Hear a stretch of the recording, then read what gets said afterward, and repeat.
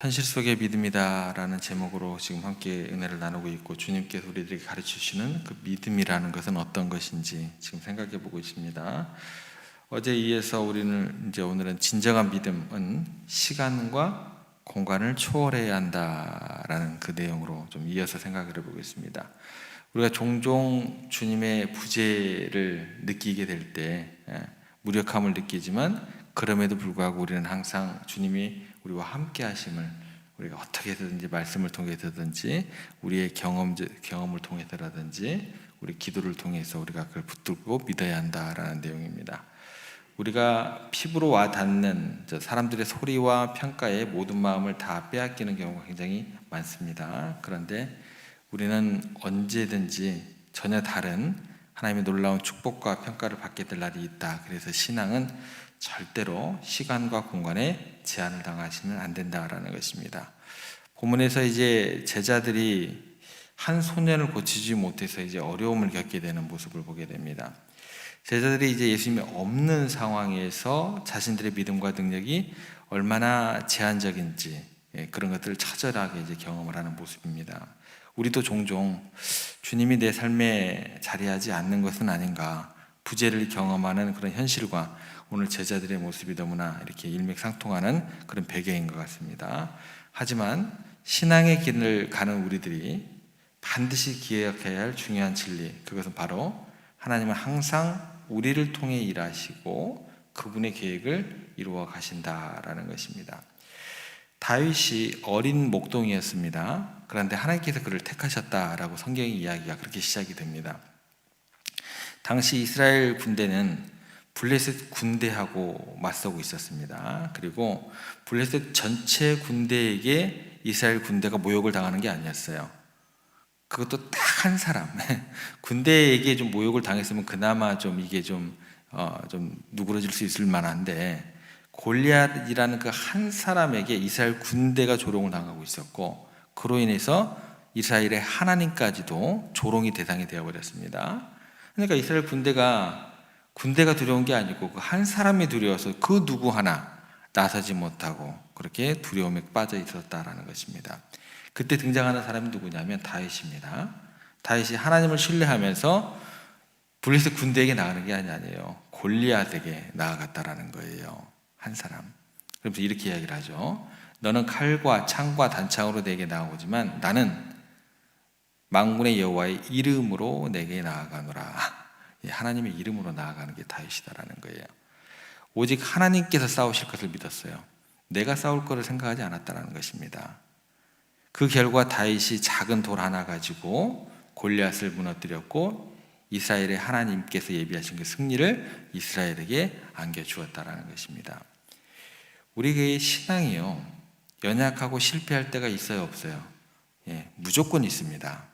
무조건 있어요. 골리앗 앞에서 조롱당하고 있었던 이스라엘이었지만, 다윗을 통해서 하나님께서 일하셨던 것처럼 하나님께서 예정하신 장소에서 하나님께서 예정하신 때, 또 하나님께서 예정하신 그 하나님의 사람을 통해서 오늘 우리가 실패라고 생각하는 것을 통해서 이루실 줄로 우리가 그 하나님을 믿고 바라볼 수 있어야 된다는 것입니다. 그게 믿음의 정석이에요. 시편 42편 3절에 그 시편 기자가 이렇게 이야기를 합니다. 사람들이 종일 내게 하는 말이 좋은 말이 나올까요? 나쁜 말이 나올까요? 한번 들어보시기 바랍니다. 사람들이 종일 내게 하는 말이 너의 하나님이 어디 있느뇨 하오니. 좋은 말이에요? 나쁜 말이에요? 이 말을 들을 때 여러분들의 마음은 어떠실 것 같으세요? 시편 기자는 이랬다고 해요. 내 눈물이 주야로 내 음식이 되었도다. 어떠세요, 여러분들? 좀 여러분들이 생각할 때 내 삶의 자리에 하나님께서 부재하는 것 같은 그런 느낌이 들 때 사람들이 이야기하죠. 네 하나님 어디 있느냐? 그러면 여러분들의 마음 가운데 어떤 생각이 들어요? 야, 정말 하나님이 안 계신 거 아닌가? 내 눈물이 주야로 내 음식이 되었도다. 이런 심정이 그대로 담겨있는 시편 기자의 이야기예요. 신앙이 원래 이래요.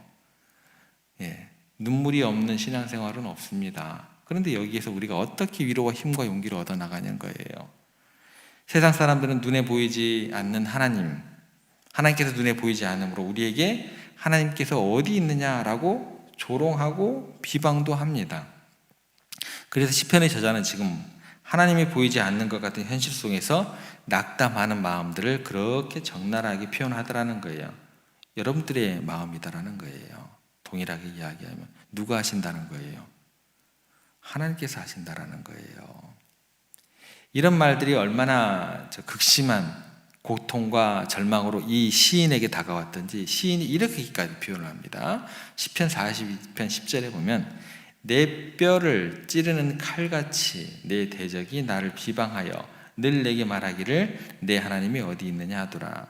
끊임없이 사사건건하는 얘기가 뭐예요? 네 하나님 어디 있느냐? 조롱하는 사람들 때문에 큰 슬픔에 잠겨 있었고 지금 그 현실의 고통은 어느 정도까지예요? 뼈를 찌르는 칼, 그 정도의 고통이 다가온다라는 거예요. 그런 고백입니다. 이 구절이 우리들의 신앙생활에 있어서 종종 경험하는 그 상황을 그대로 이렇게 반영하고 있다는 것입니다. 우리가 하나님을 찾고 있지만 그분의 임재를 느끼지 못할 때 여러분의 고통은 어느 정도의 고통이요? 칼이 여러분의 뼈를 치는 듯한 그런 고통을 느끼게 된다는 거예요. 헨리 나우엔이 쓴 죽음 가장 큰 선물, 이 책 제목이 있어요. 죽음이 어떻게 가장 큰 선물이 돼요? 말도 안 되는 책 제목을 썼잖아요. 왜 그러냐는 거예요. 죽음이 왜 가장 큰 선물이 되느냐? 전혀 우리들의 어떤 그 상식이나 어떤 우리 믿음 체계로는 답이 안 나오는 어떤 그런 제목을 썼잖아요. 여기에 이런 내용이 나옵니다. 현대인들은 합리적이지 않으면 믿지 않으려고 합니다. 보지 않고는, 경험하지 않고는 도무지 믿지 않으려고 합니다. 믿지 않는 사람들은 흔히 그렇게 말합니다. 하나님을 보여줘. 그럼 내가 믿을게. 그런데 이 재밌는 것은 뭐냐면 믿는다고 하는 사람들조차도 산이나 기도원에 올라가서 하나님을 보여달라고 얼마나 많이 부르짖느냐는 거예요. 믿는 사람들도. 그런데 하나님께서는 우리에게 이렇게 말씀하십니다. 보지 않고 믿는 믿음이 더욱 귀하다라고 이야기를 하신다라는 거예요. 믿음은 아는 것을 전제로 하지 않습니다. 경험 이전에 우리는 믿음을 말하고 믿으면 경험하게 된다라는 게 이게 믿음의 작동 방식이에요. 여러분들 제가 만약에 원장님이 한두 번씩 한 번 안 오실 때 방송실에서 제가 키고 내려오거든요.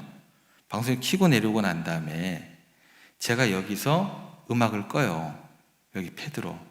아셨어요? 모르셨어요? 모르셨죠? 다시 기도합시다. 주의 지시고 기도합시다 하고 난 다음에 여기서 음악 소리를 올립니다. 모르셨죠? 여러분들 과학이 발달하면 발달할수록 기기가 발달하면 발달할수록 하나님의 하나님 되시는 저는 더 느껴져요. 이 인간의 자질구레한 머리 가지고도 보이지 않는 어떤 기계를 컨트롤할 수 있는 그 정도 영역이 되는데 우리가 보이지 않고 믿어지지 않는 그 세계, 우주가 얼마나 더 넓어요. 그러면 과학이 발달하면 발달할수록 우리가 생각하지 못하는 그런 영역에 대한 하나님의 그 위대하심, 그런 어떤 그 뭐라 그럴까요? 광대하심, 그런 것들이 더 느껴지지 않을까요? 저는 그렇게 생각이 되어집니다. 토마스 칼라일이라는 사람이 이런 얘기를 했습니다. 인간은 희망의 기초를 둔 존재다라고 이야기를 했어요. 그리고 이렇게 이야기를 한답니다. 내 소유를 다 빼앗긴다 해도 나는 오직 한 가지 희망만을 가지기를 원하노라 라고 이야기를 했습니다. 여러분들 목사라서 그런 게 아니고요. 저도 이 믿음 가지기 힘들어요. 그런데 가져야겠어요. 그래야지 제가 더욱더 이 땅에서 살아갈 때 목사로서 정체성이 흔들리지 않고 살아갈 수 있을 것 같아요. 내 소유를 다 빼앗긴다 해도 오직 한 가지 희망만을 가지기를 원하노라. 지금 현실에서 여러분들 모든 걸 빼앗긴다 할지라도 내 하나님이 내 삶의 위대한 일을 행하실 수 있다는 그 믿음만은 빼앗기지 말아야 할 것 같습니다. 저도 자꾸 뺏기려고 해요. 근데 안 뺏기려고 말씀으로 나를 다시 세우고 다시 기도하고 절대로 시간과 공간에 갇히지 않기를 함께 노력해야 된다는 것입니다. 2차 세계대전 때 많은 영국과 미국의 포로들이 수용소에서 고통을 겪게 됩니다. 그때 8,000명이 사망을 하게 되는데 그 이유가 대부분 영양실조나 질병이 아니었어요. 절망 때문이었다고 합니다. 그러니까 철저히 그 수용소 안이라는 공간에 갇혀 있었던 거예요. 잡혀 있다라는 그 시간 안에 갇혀 있다라는 거예요. 시간과 공간에 갇혀 있었던 거예요. 그러니까 그런 세상 속에 살다 보니까 숨이 쉴 수가 없는 거예요. 지금 어떤 현장 속에 있든 어떤 시간 속에 있든 하나님께서 우리에게 위대한 일을 행하실 수 있다는 그 믿음이 있다고 한다면 우리는요, 숨을 쉴 수 있는 거예요. 살아갈 수 있는 이유가 되는 거예요. 예. 칼이 내 뼈를 찌르는 것 같은 시편의 기자죠. 이런 고통의 상황 속에 있던 이 시편의 기자가 그 하나님을 향한 그 믿음을 놓치지 않았어요. 흔들릴 수도 있었겠죠. 놓치지 않았어요. 그래서 결과적으로는 시편 41편 12절 1절에 이렇게 고백을 합니다. 들어보세요. 내 영혼아 어찌하여 낙심하며. 낙심했다는 거예요? 안 했다는 거예요? 낙심했다는 거예요. 여러분, 제 아무리 하나님과 나의 관계 가운데 돈독하게 있던 사람이라 할지라도 고통 자체가 칼로 내 뼈를 때리는 것 같은 그런 고통이 있는데 낙심이 돼요, 안 돼요?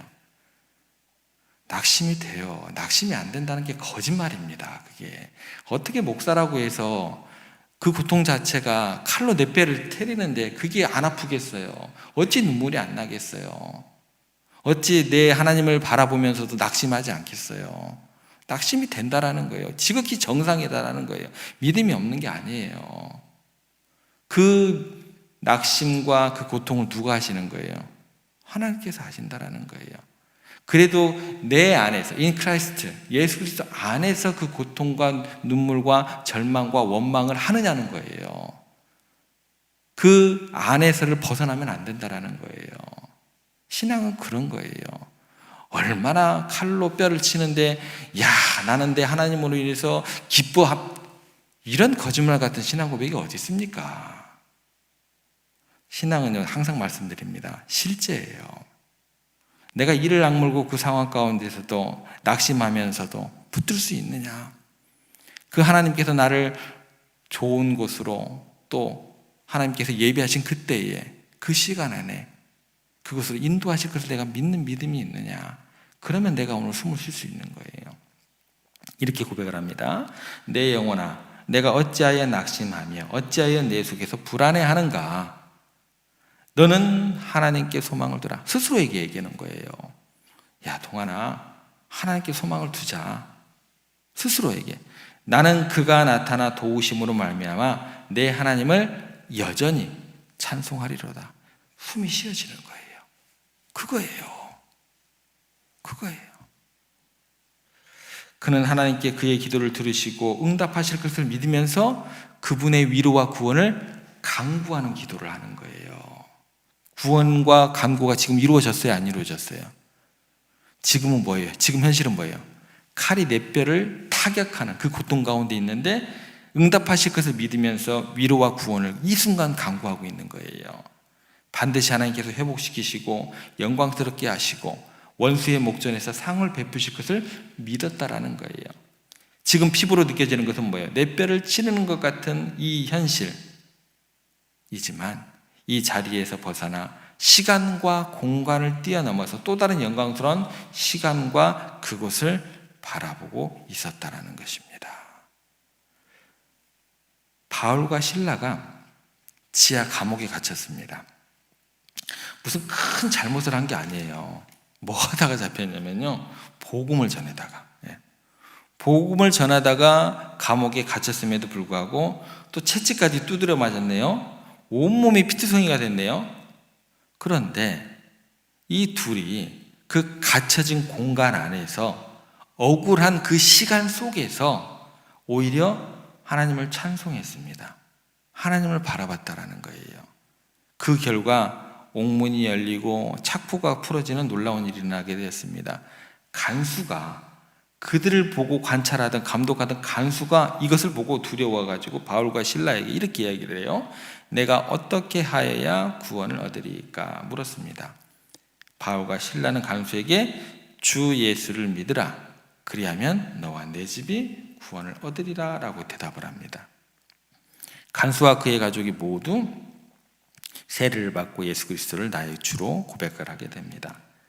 바울과 실라의 믿음과 찬송이 시간과 공간에 제한되지 않고 그들에게 기적으로 나타났고, 그 기적 위에, 그 시간과 공간을 뛰어넘는 그 믿음 위에 빌립보 교회가 시작이 되었다라는 것입니다. 우리 교회는요, 여러분 한 사람 한 사람 삶에서 뼈를 치는 그 칼통에서 주어지는 그 고통과 눈물과 아픔 가운데서 그 믿음과 인내, 시간과 공간에 제한받지 않는 그 모습들을 통해서 우리 교회가 더욱더 온전하게 하나님의 교회로 거듭날 줄 믿습니다. 예. 어느 한 사람? 제가 그런 교회를 만들어가는 건가요? 여러분들이 가정 가운데 작은 공동체, 하나님께서 축복한 그 공동체 가운데 그렇게 하나님의 나라가 만들어져 가는 거예요. 예. 믿음은요, 현실을 돌파하는 능력이 있는 거예요. 주님께서 우리에게 이 믿음을 갖기를 원하십니다. 예수님께서 백부장의 믿음을 크게 칭찬하신 이유가 여기 있어요. 백부장의 하인이 아파 죽게 되었어요. 야, 내가 가서 고쳐줄게. 예수님께서 그렇게 이야기를 하셨어요. 백부장이 뭐라 그런 줄 아시죠? 아유, 오시지 마세요. 말씀만 해주세요. 그러면 내 종이 낫겠습니다. 저도 제 부하들이 있는데 제가 오라 하면 오고 가라 하면 갑니다. 주님은 온 우주 만물의 창조주시고 통치자시니까 말씀만 하시면 내 한이 낫겠나이다. 이런 고백이 그 백부장의 그 말 가운데 담겨 있는 건 아닐까요? 백부장은 예수님이 멀리 계셔도 말씀만 하시면 자신의 하인이 나을 것이라고 믿었다라는 거예요. 그러니까 시간과 공간을 초월하고 자기 상태를 초월해서 이방인이면서 예수 그리스도의 그 크신 능력을 바라본 사람이었습니다. 그래서 예수님께서 하신 말씀이 내가 이스라엘 중에서도 이만한 믿음을 보지 못하였다라고 칭찬을 해주셨습니다. 여러분, 하나님께서 우리의 현실을 뛰어넘어서 승리하게 하실 걸 다시 한번 말씀을 붙들고 믿으시기를 바랍니다. 주님께서 항상 우리에게 이 믿음 갖기를 원하세요.